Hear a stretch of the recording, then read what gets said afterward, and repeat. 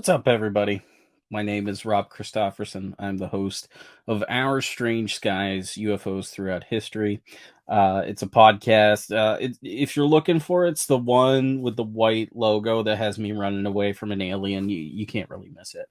But first and foremost, thanks to Ryan Sprague for asking me to be a part of this. This is so amazing. And yeah, let's just get into it. So, aliens haunt the hallways where aliens and ghosts cross the streams. I am endlessly fascinated by aliens and ghosts. So, exactly what are we getting into here today? Well, we're starting off with a banger here. Honestly, Jose Canseco, one of the best follows on Twitter, to one of the most unhinged kind of, you know, tweeters out there. But like, I met an alien ghost that asked me for chocolate and hamburgers, and like, I respect that. I totally respect that. And this tweet kind of inspired this presentation. I had this one kind of marinating in the back of my head. But yeah, so what are we really talking about now? One thing that I've always been fascinated on is the esoteric nature of UFOs. Ever since I started researching this topic back in 2015, it's been an absolute passion since then. And when you look at how UFOs are portrayed and talked about these days, it comes down to the list of topics that we have here. Extraterrestrials, they are all over this thing. U.S. government secrets, U.S. military encounters, whistleblowers. If you're familiar with the David Grush stuff going on, you know exactly what I'm talking about.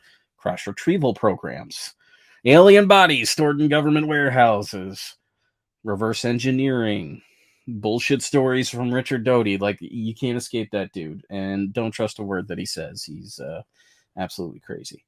But are UFOs, ghosts, and cryptids related? We're only going to be talking about two of these topics today, but like I've talked on my podcast endlessly about the intersection between UFOs and Bigfoot. But Bigfoot has been seen in the vicinity of UFOs. Like, if you have researched this topic and you've delved into like the Pennsylvania stuff, you know that that is pretty prevalent. Poltergeist phenomenon is pretty common following UFO encounters for certain people. It was huge during the Mothman flap of 66, 67.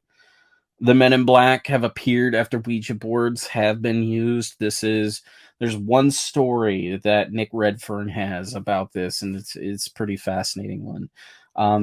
I've read stories about UFOs that have been, the moment they've been seen, they change shape and they take off.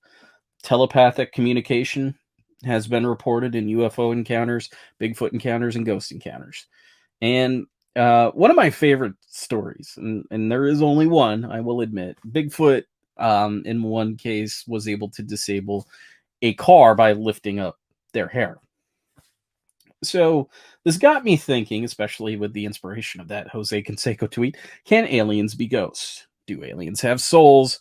And are aliens esoteric? And I went and searched for those answers.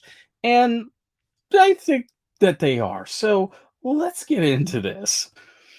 Let's talk about my man Emanuel Swedenborg here. And Swedenborg grew up in a time that was like things were changing fast. We were, getting into the beginning of the scientific revolution, where astronomy and physics, biology, chemistry, engineering, and anatomy and physiology, these things started to really become foundational sciences that we still use today.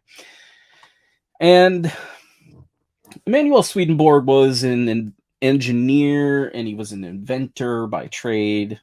He took on like large engineering projects, basically, and he had a love of the sciences. He was obsessed with them. He published a lot of pioneering works on astronomy, physics, engineering, chemistry, geology, anatomy, and physiology. Like I said, all these topics.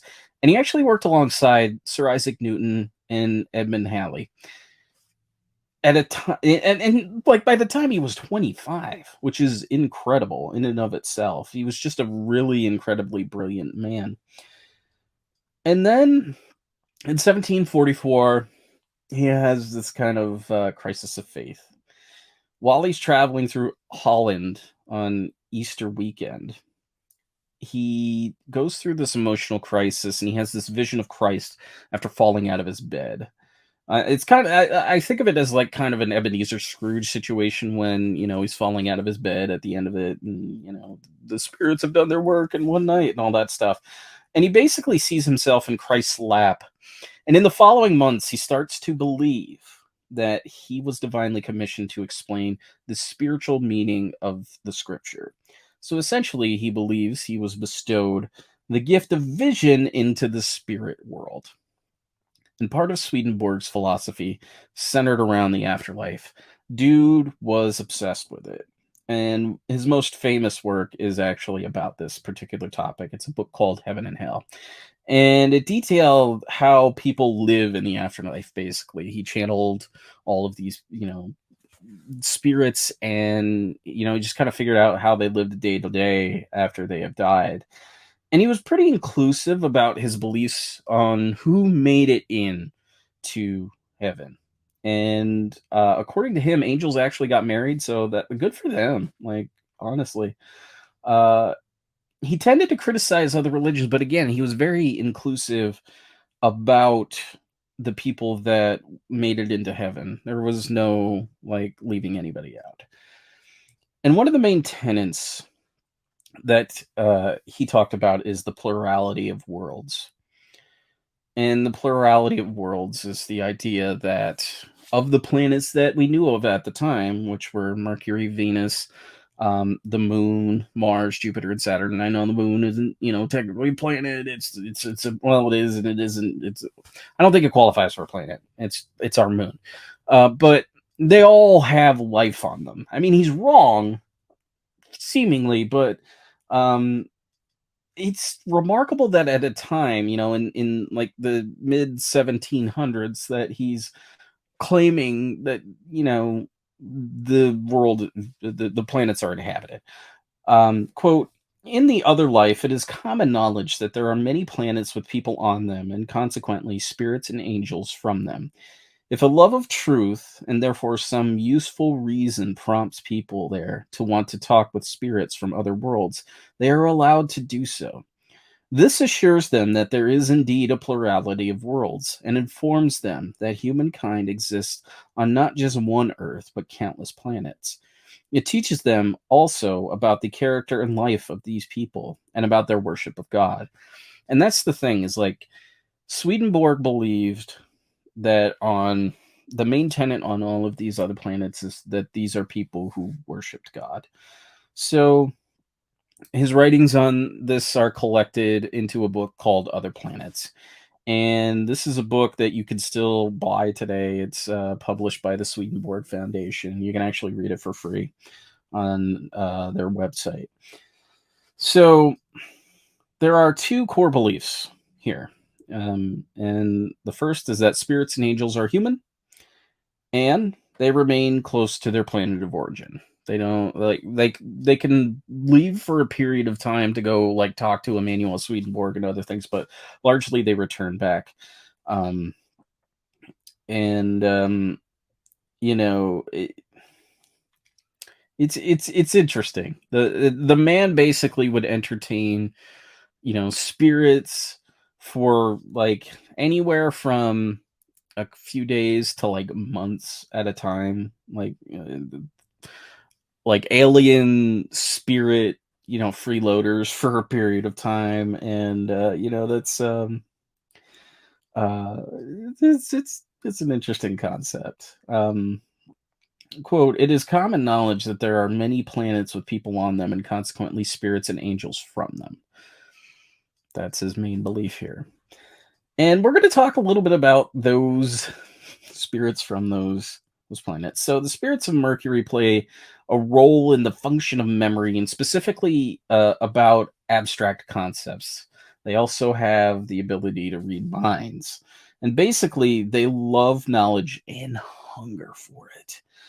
Imagine the most annoying book nerds you have ever met in your life. That's who these beings are, and they take the form of what Swedenborg described as like crystal balls.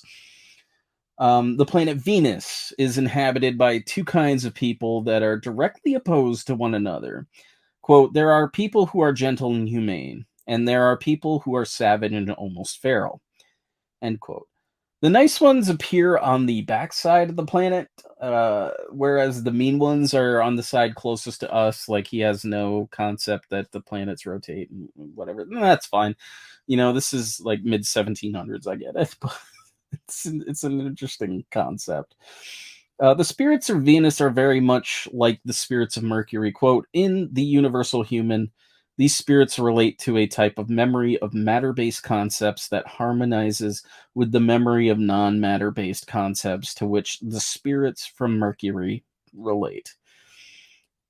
In essence, there is this duality with the people from Venus, and there is a hell that the bad spirits tend to go to. And what's interesting is like this hell is not on the planet, it's actually out in space.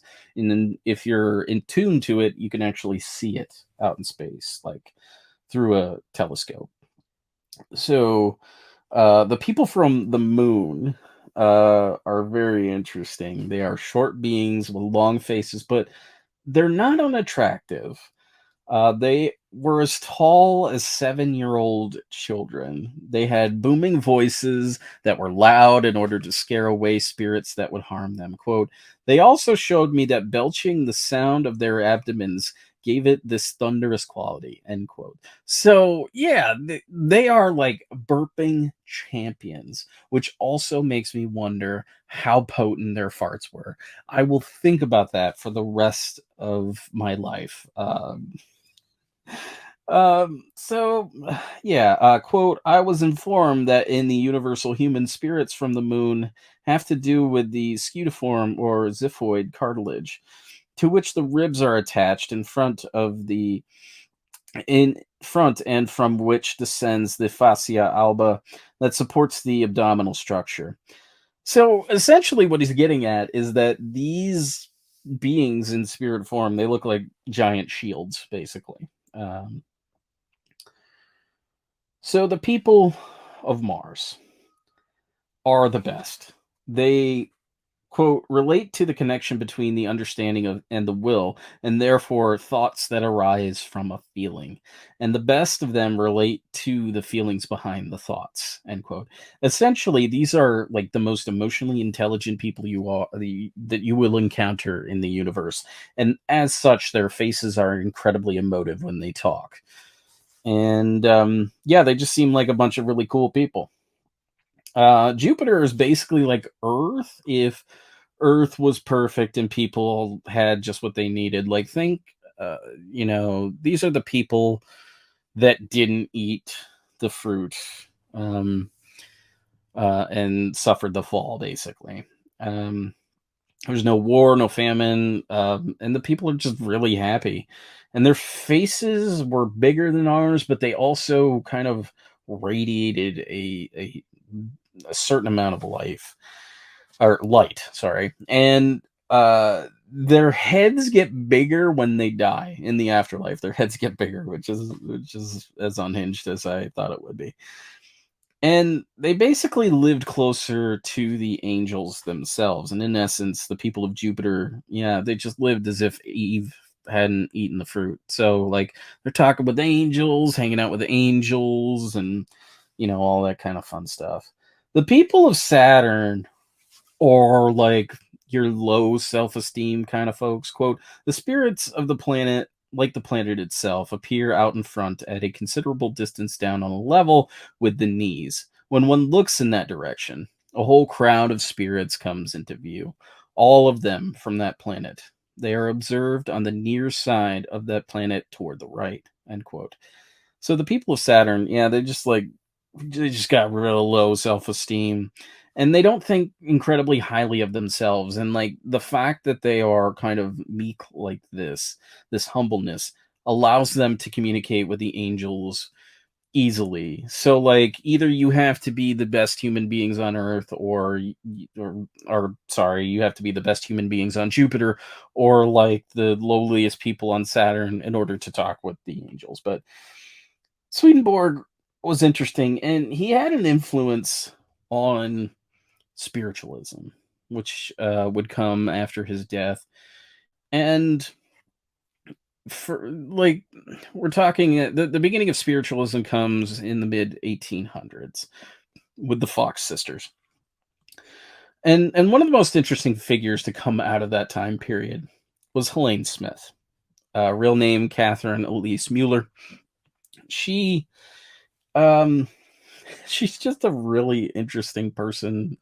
She's a trance medium, and yeah, just a really interesting person that we're going to get into here. She was known as the muse of automatic writing. She was also an automatic painter, and she inspired the work of surrealists such as André Breton. And throughout her childhood, she claimed to have strange visions of alien landscapes. And then at times when she was writing in French as a kid, she would like substitute certain letters of the French alphabet with like characters that were strange that she didn't know basically what they meant. So in September of 1892, she began attending seances, and she soon started conducting some of her own. And quote, Helaine's mediumistic communications usually involved moral admonitions, treatment prescriptions for the consultants, messages from deceased relatives and friends, and revelations of past lives of participants of the seance. She offered all of these mediumistic services without remuneration, regarding her mediumship as a spiritual mission. So she did it all for free, basically. And what's interesting is that um, she was delivered messages from a spirit guide, a man named Leopold. And the spirit guide was previously known as Giuseppe Balsamo. He was an 18th century magician and occultist. And in 1894, there's a guy named Theodore Flournoy. Flournoy. Wow, can't even say his name right. He started attending the seances, and he just like there was a connection there, and it was a past life connection. And they basically worked together. Flournoy was interested in studying her abilities, and basically published a book later on. But he divided her works into three categories. Basically, there's the Martian cycle, the Hindu cycle, and finally the royal cycle. Today we're going to be focusing on the Martian one. This cycle focused on a series of visions of landscapes of Mars, as well as descriptions and later drawings of the inhabitants of the planet, vegetation, and other life forms. Um, and what you see there on the right is the kind of script that she would produce when she was doing automatic writing. This is an alien language, she comes to find out. And these symbols are supposedly the same, like they're very close to French, which is very interesting. She would have auditory hallucinations and hearing voices and conversations between the Martians. And when she did this, she started to basically speak in tongues, which is what glossolalia is called. Some believe that she wasn't, that she was, like it was all in her imagination or something like that. But she asserted that what she saw was, you know, what she saw. Um, of the Martians' appearance, Daniel Rosenberg writes, quote, "In her visions, Mars appeared as a world populated by humanoids of roughly Asian physiognomy who used various futuristic devices such as self-powered vehicles and aircraft. Other interesting features of Mars included dog-like creatures with heads that looked like cabbages that not only fetched objects for their masters, but also took dictation." The Martian cycle eventually gave way to a related Roman that occurred in a place called Ultramars. Perhaps like another part of the planet, but Ultra Martians resembled trolls more than they did human beings. They had a language different from that of the Martians and employed an ideographic rather than a phonetic script. So, Flournoy publishes his book about working with her. It's called From India to the Planet Mars. And in it, he basically expressed his belief that her abilities were the product of her subconscious and that they were fantasies and that they were showing signs. She was showing signs of regressive behavior, is what he said. So naturally, after that, they didn't see eye to eye. So Smith began to move away from transmediumship and focus on painting for the rest of her life. Please enjoy this painting of a Martian and their cabbage-headed dog, because that's basically what she's painted here. Um, and it's I love this so much. It's such a great painting. So moving into the UFO age, there's one figure that doesn't get talked about, and that's Newton Hathaway Meade Lane Sr., otherwise just known as Meade Lane. Um, you know, at the early stages of the UFO phenomenon, people were again obsessed with the idea of extraterrestrials. The idea that, we're dealing with aliens or we're kind of dealing with foreign technology at this point. There's kind of no, middle ground there. But there was one researcher here, Meade Lane, who proposed a 4D theory for the UFO phenomenon. So Meade Lane was an English teacher, but he is among the pioneer of UFO researchers, even though he doesn't get the credit for it. In particular, his theories often veered towards theoretical science and occultism, and some have described his research as, quote, an eclectic mix of theosophy, Swedenborgianism, spiritualism, and Fortean events, end quote. Meade was the founder of the Borderlands Science Research Foundation, the BSRA. And again, he pioneers this theory, the 4D theory or the etheric theory of UFOs.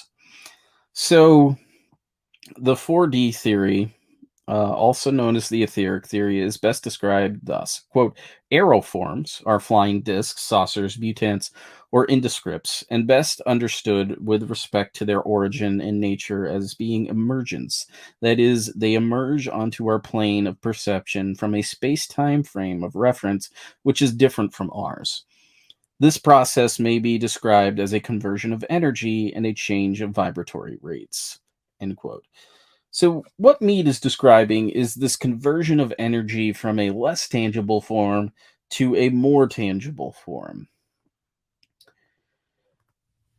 And he calls this conversion process MAT and DMAT, or materialization and dematerialization.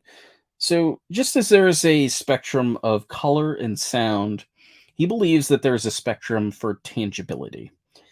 Etheric matter, as it were, is also subject to the force of thought. So you could summon something just with a thought, as well as other forces, though he doesn't really totally get into that. And if you're wondering when this theory was presented, it was published in 1946.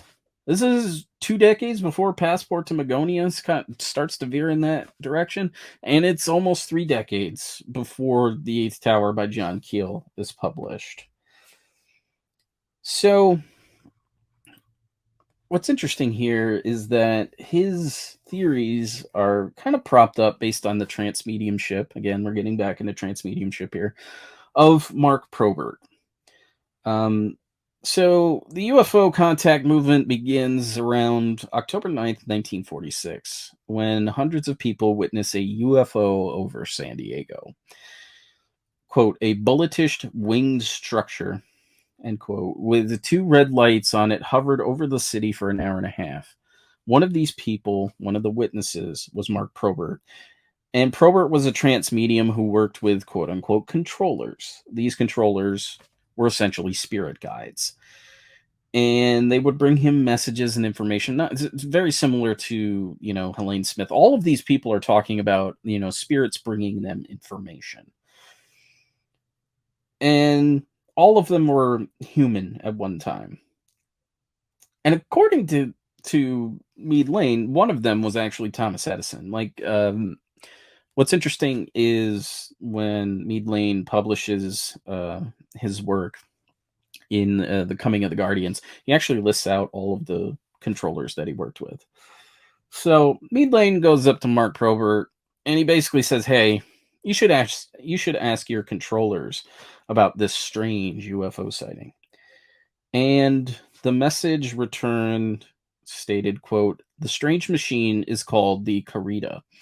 It is attracted at this time because the Earth is emitting a column of light, which makes it easier to approach. The machine is powered by people possessing a very advanced knowledge of anti-gravity forces. It has 10,000 parts, a small but very powerful motor operating by electricity and moving the wings, and an outer structure of light balsa wood coated with an alloy. The people are non-aggressive and have been trying to contact the Earth for many years. They have very light bodies. They fear to land, but will be willing to meet a committee of scientists at an isolated spot or on a mountaintop." End quote. Mead Lane and Mark Probert would become heavily involved in the contactee scene, and it was actually Mead Lane that introduced George Adamski to Desmond Leslie in 1945. So they would also become fascinated with the inner Earth theory, which is, as problematic as you can get, but whatever. That's a story for another time. But on July 18th, 1952, Probert channeled a message for George Van Tassel, who basically told, quote, "Hey, materialists, stop that atomic bomb stuff or we'll do it for you." And they talked about the planet Lucifer being torn apart by this kind of stuff. It's it's an interesting story. Van Tassel's an interesting figure. In November of 47, conversation veered toward that inner Earth talk. And Probert was told by his contacts, his controllers, that there are vast underground caverns that stretch from equatorial Africa all the way to the North Pole.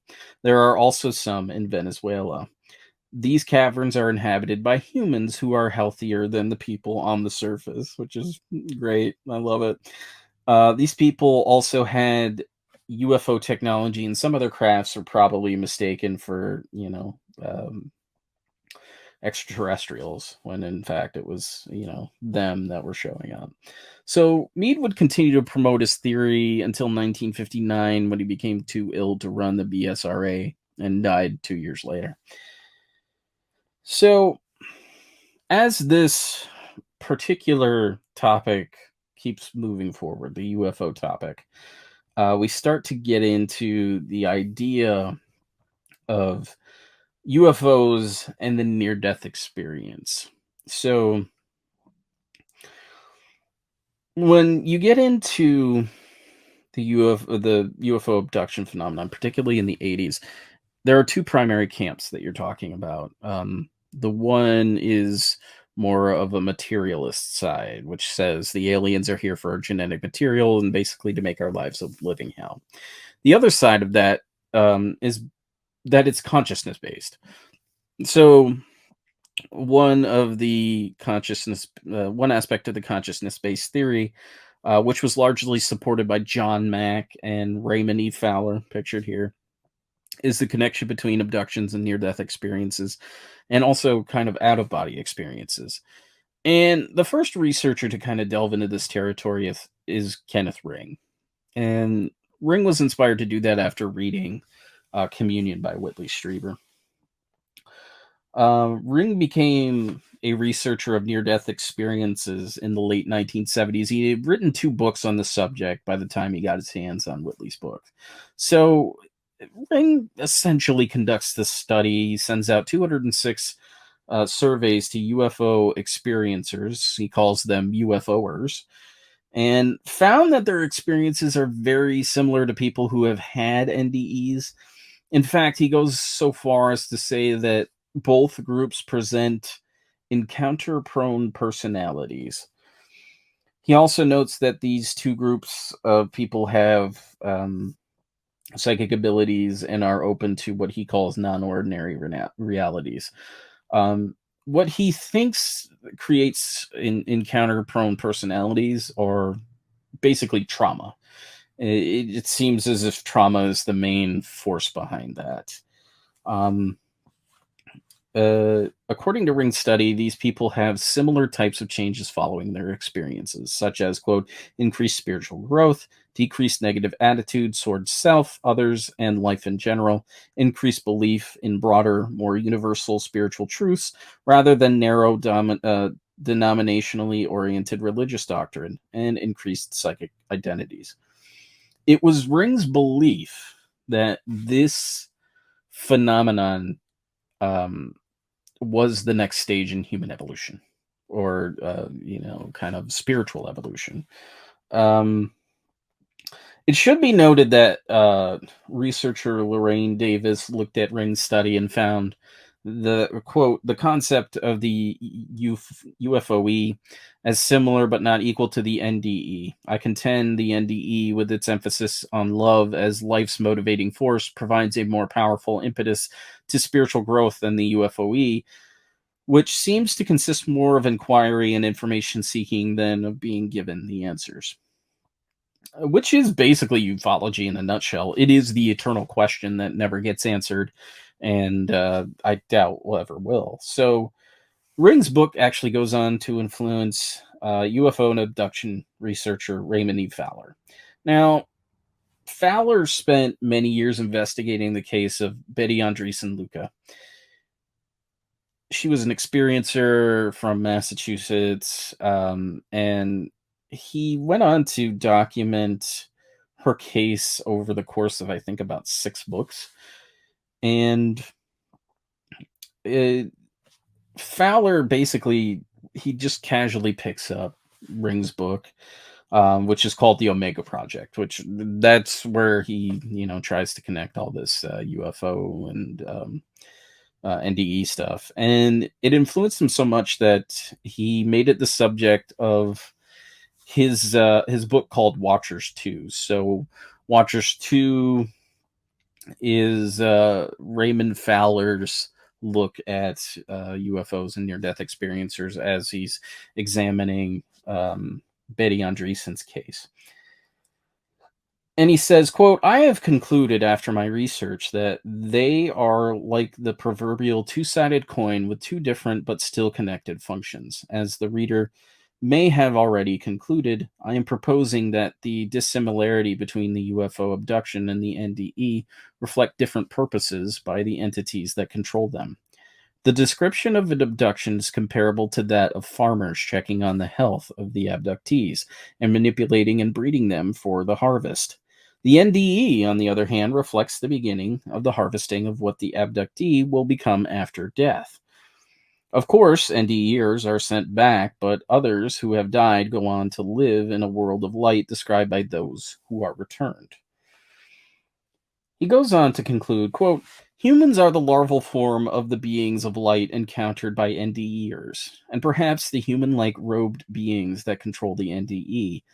When we shed our bodies at death and have a new out-of-body essence, we are like the larval form of a dragonfly that, like an OBE, out-of-body experience, shed their aquatic bodies for a new body that can exist in air-breathing world, end quote.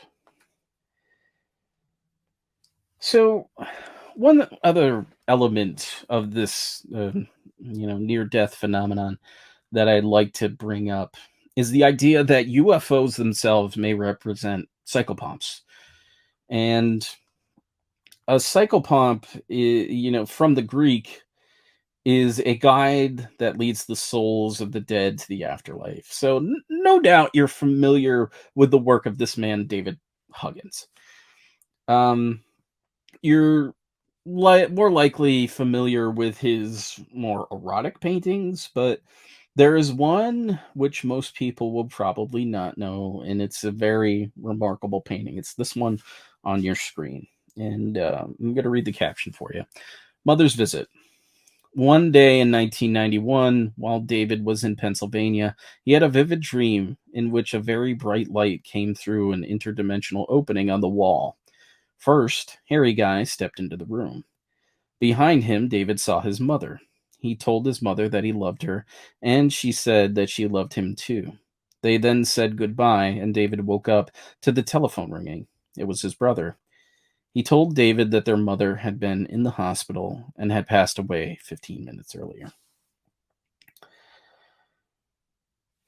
If you're familiar with David Huggins' painting, it's as if this painting in particular is not even in the same style that he normally does. It looks very indescript in many ways, and it has a very dreamlike quality to it. So it's quite possible that the alien could also serve as the psychopomp because it certainly seems to be the situation that you're observing right here, and there may be other examples. I haven't told you any ghost stories. So I've told you a lot of theory. I've thrown a little bit of theory at you. So why don't we end on a banger here? According to researcher Jim Mars, say what you will about the man, rest in peace, Jim. Several employees of the New Mexico Rehabilitation Center, NMRC, located in Roswell, came forward claiming to have seen alien ghosts in their facility. So, as we know by now, the Roswell Army Airfield allegedly recovered bodies from the wreck of a UFO in 1947, one of whom it was claimed was still alive. And they also claim that this alien purportedly died on scene at the Roswell Army Airfield Hospital that they had there. And there's the story of Glenn Dennis, the mortician, talking about how he'd gotten a call from the airfield needing child-sized coffins, which was ridiculous on the face of it, because like why would the army call for that? It just doesn't seem like something the army would do. So you have that story. But after the National Security Act of 1947 goes into place, the airfield is renamed Walker Air Force Base until it's closed in 1967 and was utilized by the state and made into the New Mexico Rehabilitation Center. So Jim Mars found himself taping in this facility as part of a documentary on the JFK assassination. They were given access to a floor that nobody wanted to use. And when Mars asked Jacqueline Allen, the assistant to the executive director, why they didn't want to use it, she said, quote, because of the strange and unexplained incidences which have occurred there, end quote. Several people attested to hearing footsteps, lights turning on by themselves, and an entity known as Mr. Scratch. Quote, they would describe someone who looked like a pilot, like wearing a World War II leather flying helmet. They would see his sort of wave. They would see his sort of wave or give a little salute and then disappear. They named him Mr. Scratch. Not only was Mr. Scratch seen, but there is another story that emerged that was spooky AF. Quote, Mrs. Allen, who has worked at the NMRC for 14 years, said a nurse technician who worked the night shift once told her of seeing a small figure standing at the end of the second floor hallway. It was at the time of the first big Roswell UFO meeting, 1997, she explained. A bunch of us were talking about all that, and I commented, I would like to see one of them. This nurse then told me she thought she had seen one in the hallway. Quote, he was looking at her and then turned and walked off, just disappeared. I understood from her that it was an alien. It was not human, but then it went away. I was under the impression that this happened more than once. Other witnesses claimed that they had seen what looked like aliens running around the facility as well. Is the New Mexico Rehabilitation Center in Roswell the home of alien ghosts? I think it's definitive. I don't know about you, but that seems pretty likely to me. But I will keep my conclusion brief here. The more you look into the UFO topic, the broader and not the smaller it becomes. It encompasses all manner of phenomenon, which includes cryptids, out of body experiences, ESP, NDEs, occultism, mysticism, etc. And yes, even ghosts. The ghosts have always been there, it just seems like we've forgotten about it.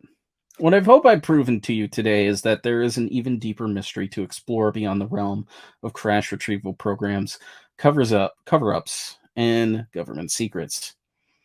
Oh, and there is most definitely an alien spirit haunting the New Mexico Rehabilitation Center in Roswell, New Mexico. Oh, thank you all so much for checking out this presentation. Again, thank you to Ryan Sprague for letting me be a part of this. It was an honor to be asked to do it. So thank you, and I hope you enjoy the rest of the con.